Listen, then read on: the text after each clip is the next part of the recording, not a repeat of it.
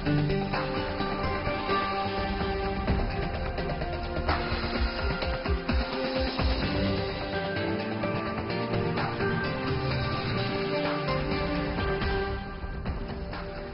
and welcome to World Insight with me, Tian Wei, coming to you live from Beijing on CGTN. Coming up on today's program, Russia hosts fresh talks on Syria's future in Sochi. Can these negotiations succeed where previous efforts failed? And at the sideline of the recently concluded Davos World Economic Forum, Chief Executive Carrie Lam tells us about the charting the future of Hong Kong and how she did it as Hong Kong SAR's first female leader.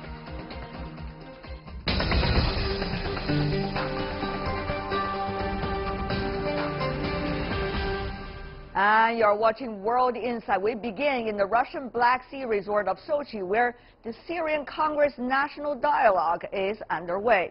The catch is that the conference, which is aimed at ending the country's 7-year civil war, has been diluted somewhat by an opposition boycott and a decision by France, the UK, and the US to stay away over what they say is the Syrian government's refusal to properly take part. The gathering, co-sponsored by Russia, Turkey, and Iran, is expected to discuss a new constitution, presidential elections, and post-war reconstruction. But can they do the job? Peace to the people of Syria. Syria's opposition hoped political talks in Sochi would lead to an alternative way for a political solution. We came to Sochi to support the establishment of a new political path instead of Geneva that is closed for a year. The UN Special Envoy to Syria is attending the conference and is expected to head a constitutional commission. The Opposition High Negotiations Committee ruled out attending. The main Syrian Kurdish groups are also boycotting the event because of the ongoing Turkish attack on Afrin. The Kurds will not attend the meeting in the name of the Democratic Union Party, but in the name of their own faction so as to avoid infuriating Turkey.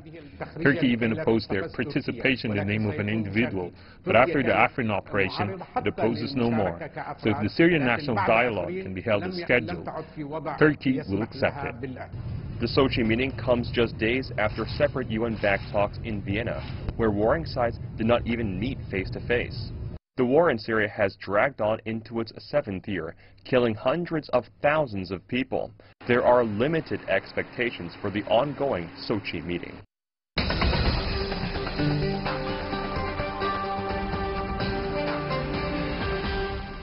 So the question is, can the latest round of peace talks in Sochi bring peace to Syria? Let's turn to our panel to find out. With me here in Beijing, He Wenping, professor from the Chinese Academy of Social Sciences. Welcome, ma'am, to our program. Joining us in Moscow, in Russia, we have Victoria Panova, Vice President for International Relations from the Far Eastern Federal University. Ms. Panova, what a pleasure to have you back on my program. And in Tehran, in Iran, we have Professor Mohammad Marandi, a professor and the Dean of the World Faculty Studies at the University of Tehran. Professor, welcome as well. Let me begin with you, Professor Panova, in Russia.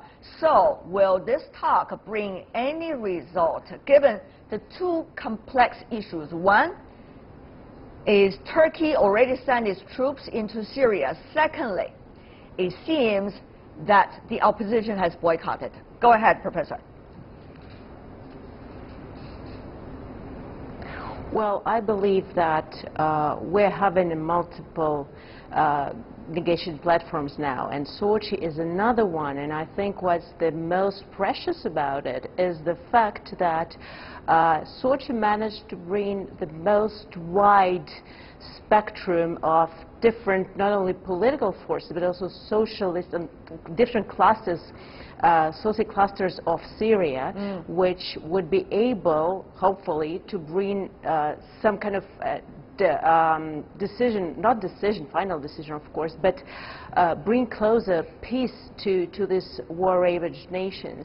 And of course, it's a complicating factor that we have Turkey in Afrin, and that we had not long ago, we had General Batal, who claimed that America would not back from one of their places where it's much hip. And so this is obviously a complicating reason. It is. At the same time, we see that we had over 1,500 people coming to attend this meeting, and this is wider than just diplomatic and political reconciliation. I think this is a place for people to meet, to see that they are all human beings, to talk, and this is the main asset of the Sochi. Well, human beings to talk, that's easier said than done. They can talk, but will they reach anything? As a result of this, there have been already numerous peace talks, by the way, aimed at stopping the bloodshed in Syria. All of them were initiated by foreign powers, but some conferences lacked any Syrian delegation and did not bear any fruit. Take a look at this. 2015, Saudi Arabia convened the Riyadh conference that failed in uniting the Syrian opposition. 2017, Geneva talks, sponsored by the UN, accomplished little besides bringing all sides to the table.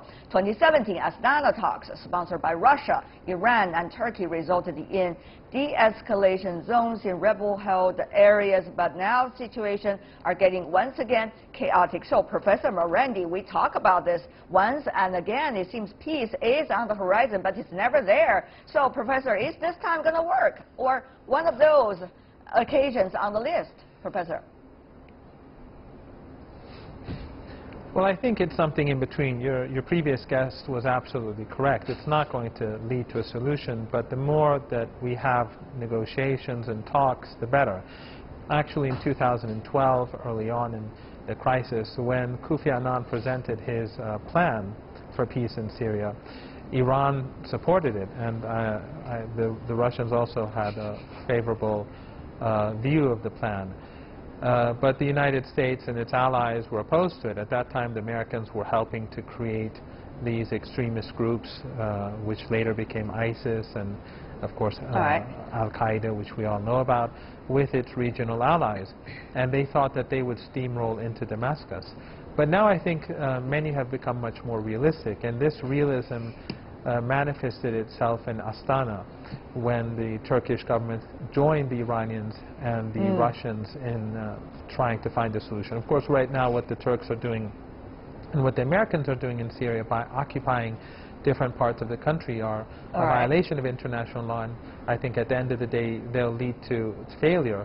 But the fact that the Turks right now are in Sochi and that they are part of the Astana process, I think have helped a great deal in moving the country towards a better situation. I think except for the Americans and their allies who wish for the overthrow and destruction of the Syrian government, I think it is generally accepted now that the situation in Syria is much better today. Well, the de-escalation zones that we've had over the past couple of years have decreased the number of people killed. And most of the fighting is taking place right now with ISIS and Al-Qaeda. You could argue that, Professor, but I have to say that a lot of the international community believe the other way around, with Turkey sending troops into Syria seems to be taking sides rather than really trying to solve the problem. So we got a lot of complexity over here, Ms. He.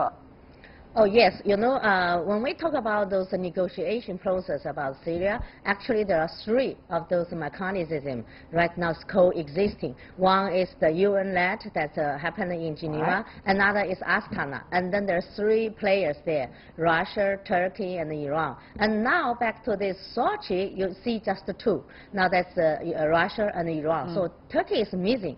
So the missing is very obviously because now he is going his military action in the Syria, north of the Syria. So I think which makes this talk more, I think, important. Because comparing with the previous one, Geneva one, people are talking about saying it's generated very few results. And the Astana one, you see, this is talking about the de-escalation. So whether this one has been proved very effective or not, now it's another issue. But I agree with my colleagues, better talk than fight. Well, better talk than fight, but it really depends on the quality of the talks too, right?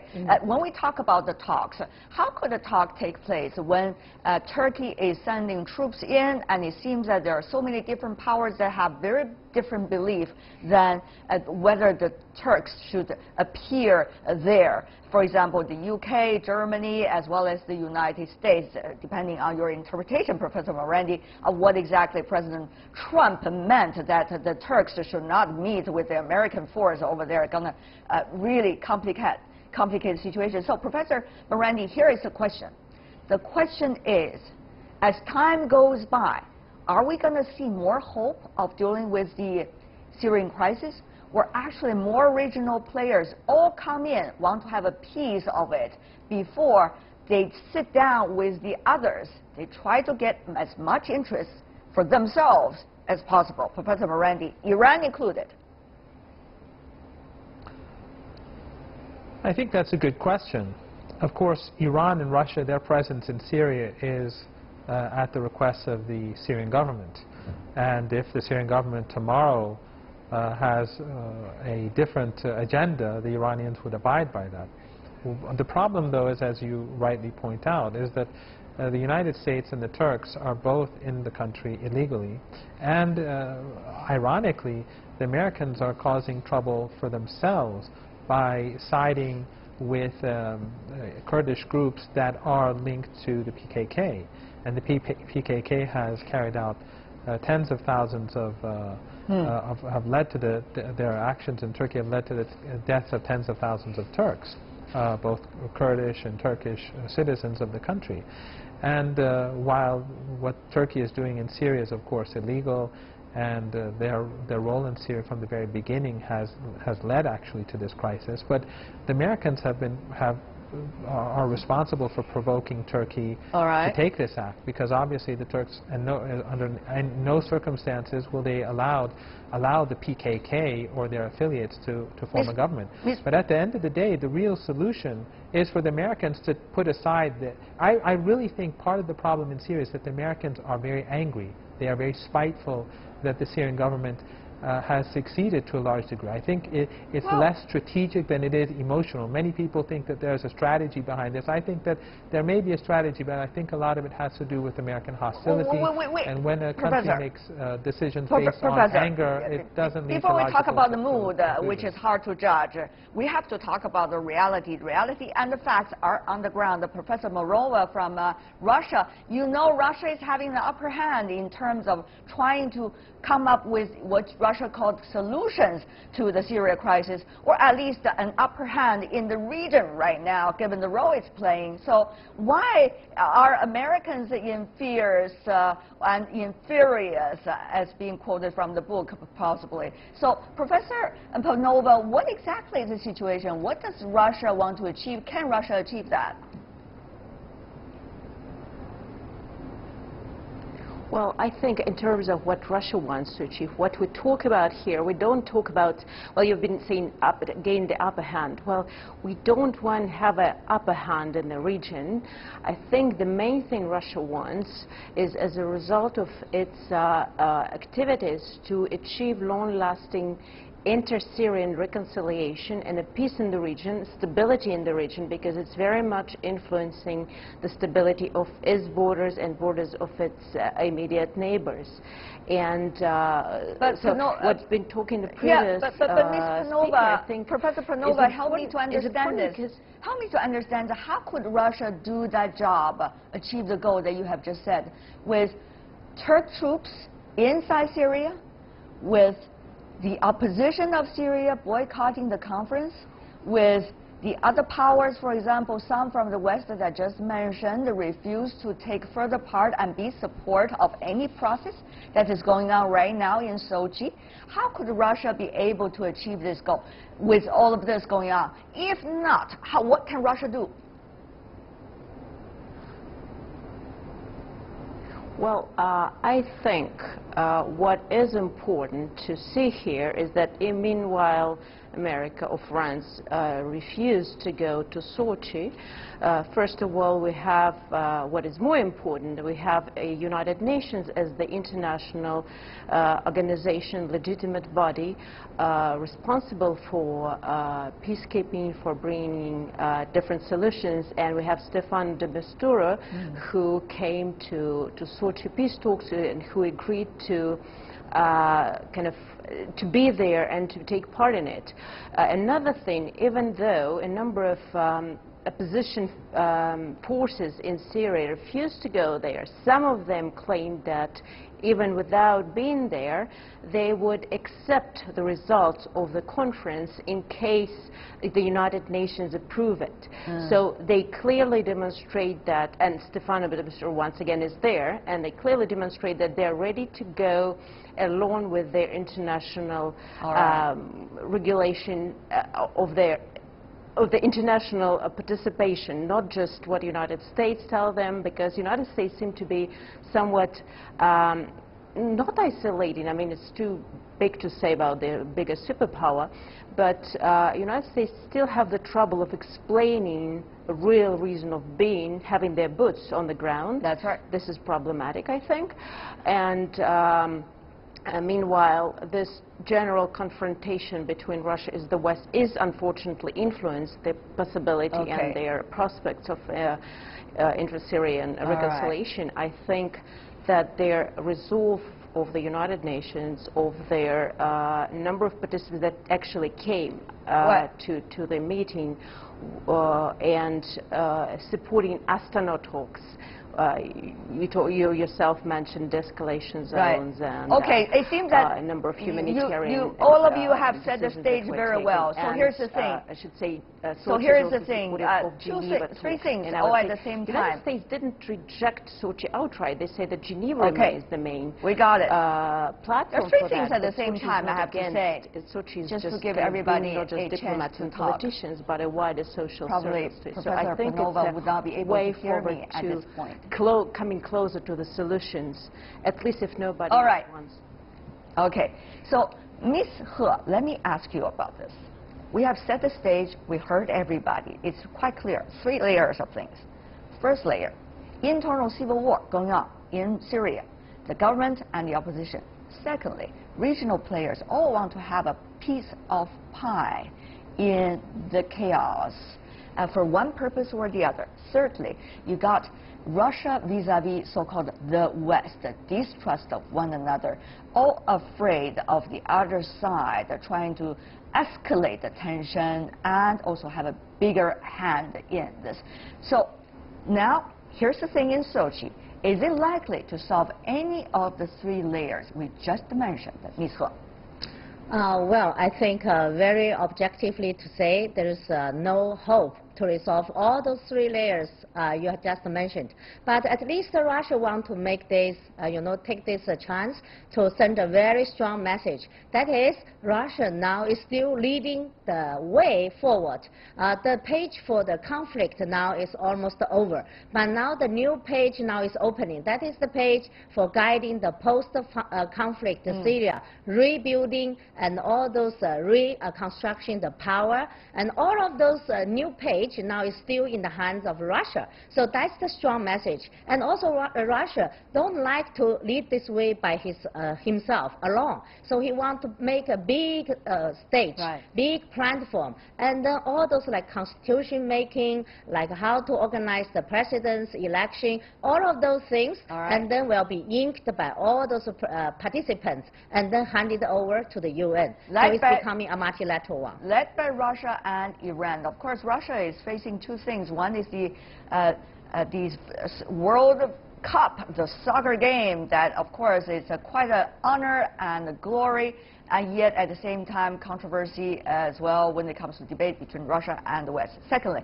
the presidential election is coming up very soon, so you could read a lot into Russia's desire to do all of this. At the same time, it wants to be a big player. Certainly, we should also go to Iran, Professor Morandi.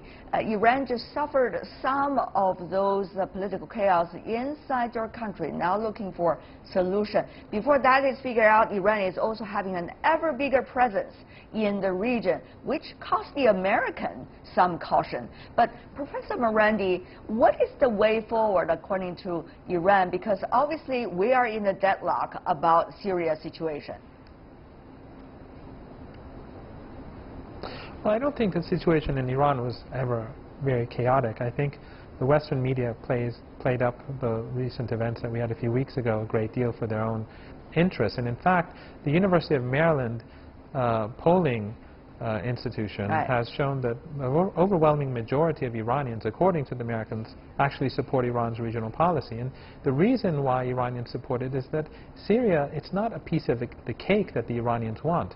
The Iranians want ISIS, Al-Qaeda, and other extremists not to have a foothold in this region. And the whole crisis came about because the United States supported the extremist groups. And when the Russians and the Iranians and the Syrians and the Iraqis and Hezbollah began to defeat the extremists, it was only then that the Americans began to fight against the extremists. It was basically they aligned themselves with these leftist, with these the PKK affiliated Kurdish group in order to take a slice of Syria for themselves, so that later on the Americans could have something to negotiate with. But I think what is happening in Syria, whether one likes it or not, is that the conflict is dying down. ISIS has been largely defeated by the Syrian government and its allies, and Al-Qaeda right now in Idlib is being defeated. So more and more territory is being taken by the Syrian government. Just over the last couple of weeks, the Syrian government took a huge chunk of territory in the north of the country. Turkey, on the other hand, is in conflict with the United States because they have it's very difficult for them to square the circle. The Americans, on the one hand, have Turkey as a NATO ally, but on the other hand, they're aligning themselves with Turkey's enemies. So I think right now, the situation really leaves President Assad and his government in a stronger position because his antagonists are divided among themselves. We have to wrap up today's discussion. Even though we have some difficulties hearing one another, it seems, among some parties, we hope the talk at least is a talk that could move things at least a bit, baby step forward. Thank you so much for joining us, Professor Victoria Panova from Russia, Mohammad Orandi coming from Iran, and He Wenping from China. Really appreciate it. Thank you so much. Stay with us here on World Insight with me, Tian Wei. Still to come on our program, I catch up with Chief Executive Carrie Lam at the sidelines of the World Economic Forum in Davos, and she tells us about her efforts and hopes for the future of Hong Kong right after this break.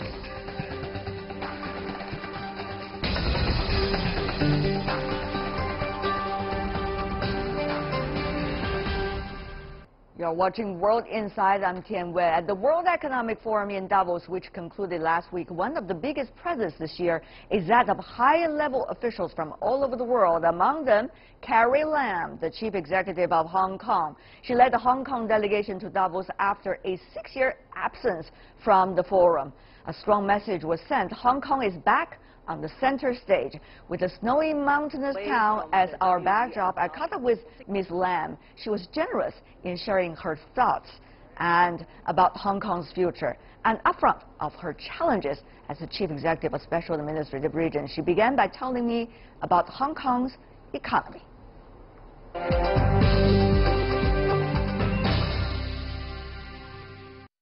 We are projecting no less than 3.7% growth in real terms.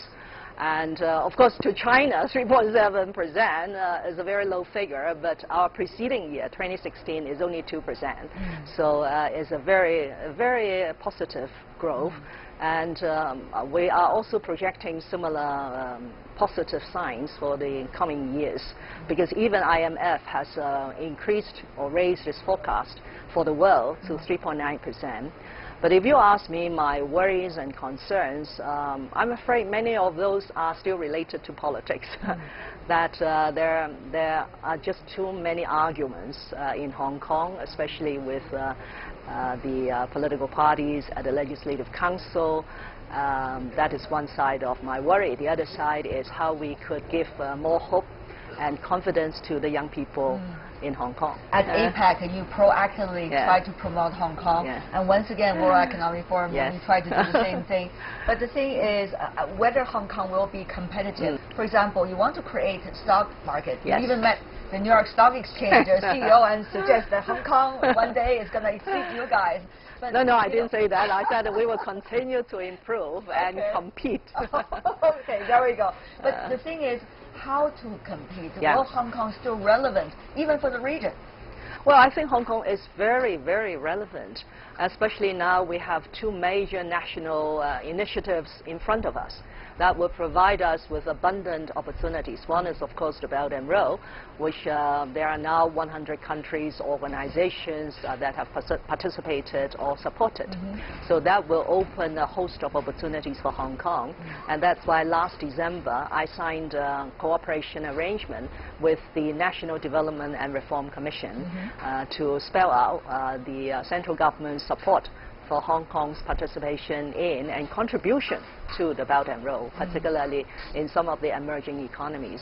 Then closer at home, we have the Guangdong, Hong Kong, Macau Bay Area, which Governor Ma Xingrui and myself are very excited about this initiative. I can see you're doing diligent work to every key person, every key region, every key organization. Whether these mechanisms will really let Hong Kong to go to the next level does not have much to do with these mechanisms, but rather how Hong Kong is going to take advantage of it. I understand, Madam Chief Executive, that next week, I mean the coming week, you're going to host a forum, a high-level forum in Beijing. on Belt and Road. And you try to bring in state-owned enterprises from China. That's quite a try. Hong Kong combined with state-owned enterprises in China. Tell me more about that. I'll be leading a delegation of almost 170 professionals to this conference. And through the support of the central authorities, they have also mobilized a lot of state-owned enterprises to join this forum. So my role is really a sort of matching. So we have excellent professional services ranging from banking, insurance, arbitration, to contract management and infrastructure.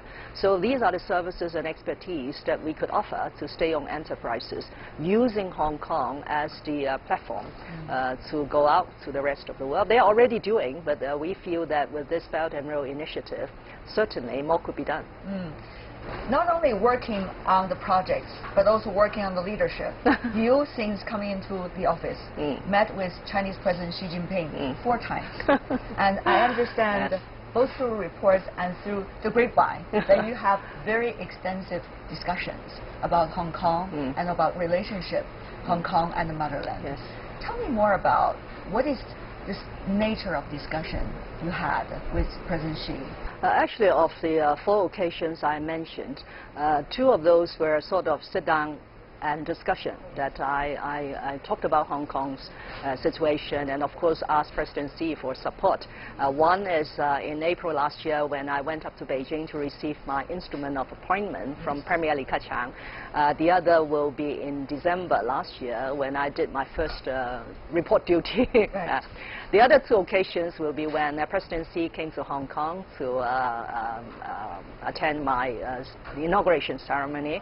That was a brief chat, and of course the last occasion was at APEC. I did not actually have a chance to sit down with President Xi, but of course in between meetings there will be a bit of encounters. I must opportunity is impressive, right? I must say that when President Xi arrived in Hong Kong on the 29th of June last year, you may remember at the airport apron, he said that he was rather emotionally attached to Hong Kong. I certainly feel that in those close encounters with President Xi. He knows Hong Kong very well. He recognizes our strengths and our weaknesses, and he wants us to do well. So a proactive government and proactive policies, I believe, will be something that President Xi will give us his utmost support. Even with central authority support, it is really up to the people in Hong Kong. Definitely. Well, there are a lot of things we want to do in almost every economic sector. We now have a sort of blueprint. In financial services, the first thing that we have done is, of course, to set up a financial leaders forum to provide clear direction for Hong Kong's financial services. So one of the things that have come out as a result of this leadership is the introduction of some changes to Hong Kong's listing rules to accommodate the new economy enterprises, which has been very well received. Actually, we have not got all the rules ready, but we have already received very positive feedback. And that is what I regard as being proactive. Hong Kong has to realize that there are opportunities, but you have to strengthen your institutions and capability to seize those opportunities. Talking about institution, strengthening. Yeah. That is the hard part, isn't it? How it would work out is still a big question mark. Madam Chief Executive, you have any thought? Well, to me, I would regard that as perhaps my asset. I have been a lifelong public servant. Yes, this year is my 38th year in the Congratulations. government. So people said that I know this government inside and outside. So, and of course, I have been working with civil servants throughout my career. But now you are the Chief Executive. It's different, though. Yeah, but because I know them. I know their difficulties. I know their fears and worries. And that's why I can lead them by giving them the clear steer, but at the same time addressing their fears and worries. Carrie Lam, Hong Kong has always maintained some strong economic growth with its strong track record and the support of the motherland. But some issues are more challenging to Carrie Lam than just the numbers. They are the welfare issues of ordinary Hong Kong citizens and the cultural identity of Hong Kong, especially among the Hong Kong youth. In our exclusive interview, Chief Executive Carrie Lam did not hide from these questions are raised, but very upfront in explaining the reality and talk bravely about the solutions she has to work hard for.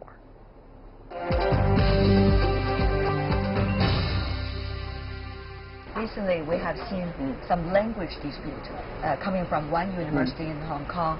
Young students refuse to take the Mandarin test, which is the language spoken nationally, but rather prefer only the local language. So this is only a reflection of the debate going on in Hong Kong about this identity and about its cultural link with the motherland. Madam Chief Executive, what do you make of this case? Well, this particular incident, in my view, is not so much about this identity or this teaching or learning of Putonghua. It reflects again what I said, one of my worries is engagement with young people. Whether institutions, especially those in the senior management positions, have been engaging the young people sufficiently and provide them with channels for communication and so on. But of course, that doesn't mean that I condone some of the behavior of the students using abusive languages and so on. But I feel that perhaps that is what I need to do more, is to engage the young people. But that's a long process, Madam Chief Executive. You want to have the government work. You want to have your economy go forward. It needs efficiency. So a long-time work about the young people, communication, and short-term goals. How to reconcile? I don't want to sit in your chair. Yes. My seat is a very hot one. There's no doubt about that. It is a very hot one. But Hong Kong cannot sort of lag behind. We have lost a bit of opportunities. So whether it's short-term goals or long-term plans, I need to move in all directions in order to give people hope and confidence, and also strengthen Hong Kong's foundation for the longer-term development of Hong Kong. Portray Hong Kong from outside, black and white. So-called pro-establishment, which is so-called closer to Beijing, and those who are not. But Hong Kong is much more complicated than that, Madam Chief Executive. The thing is how to bring people to one consensus. And that is really needed. Rally the crowd. Well, for a society as free and diverse as Hong Kong, I have no such illusion, Tian Wei. It's really trying to engage and communicate with a view to build a broad enough consensus for us to move on. What is broad enough for you? Like land supply for housing. Everybody knows we are short of housing. Everybody is worried about the escalated property prices. So I believe deep down in the heart of the majority of Hong Kong people, they want to see more land being formed, more houses being built. So how to provide a platform for this majority of Hong Kong's population to speak up, so that we would not be sort of led by the small minority who somehow do not want to see development in Hong Kong. Hijack the whole conversation and also the whole way forward. But then it's not easy once again. Nothing is easy. Now we know about that, right, very clearly. Madam Chief Executive, you are the first female Chief Executive of Hong Kong. I still, from even outside Hong Kong, as a woman, take great pride in that fact. But how is it like for you to function and also bring at least half of the population in Hong Kong, women, as they say, holding half of the sky, with you on some consensus. I think that probably is also a way forward. Well, that's true, but it will need time again. Hong Kong actually provides equal opportunities for men and women, but there are still certain areas which women are not well represented. Political representation is not enough in my view. For example, in my cabinet, apart from myself, I got 16 principal officials and only 2 are women. So the percentage is not very encouraging. Equally, in many listed companies, if you look at the board of directors, look at the chairman, again, not very well represented. So we need to do better in this aspect. But how to do it, it's another question mark. You've got a lot of question marks to be resolved. But moving forward, when you look at Hong Kong, particularly its relationship with the rest of China and the rest of the world, how do you see how it's going to be, located in a way? What is this map? Where is Hong Kong? Well, Hong Kong is, of course, a part of China. And Hong Kong is a very privileged part of China because of one country, 2 systems.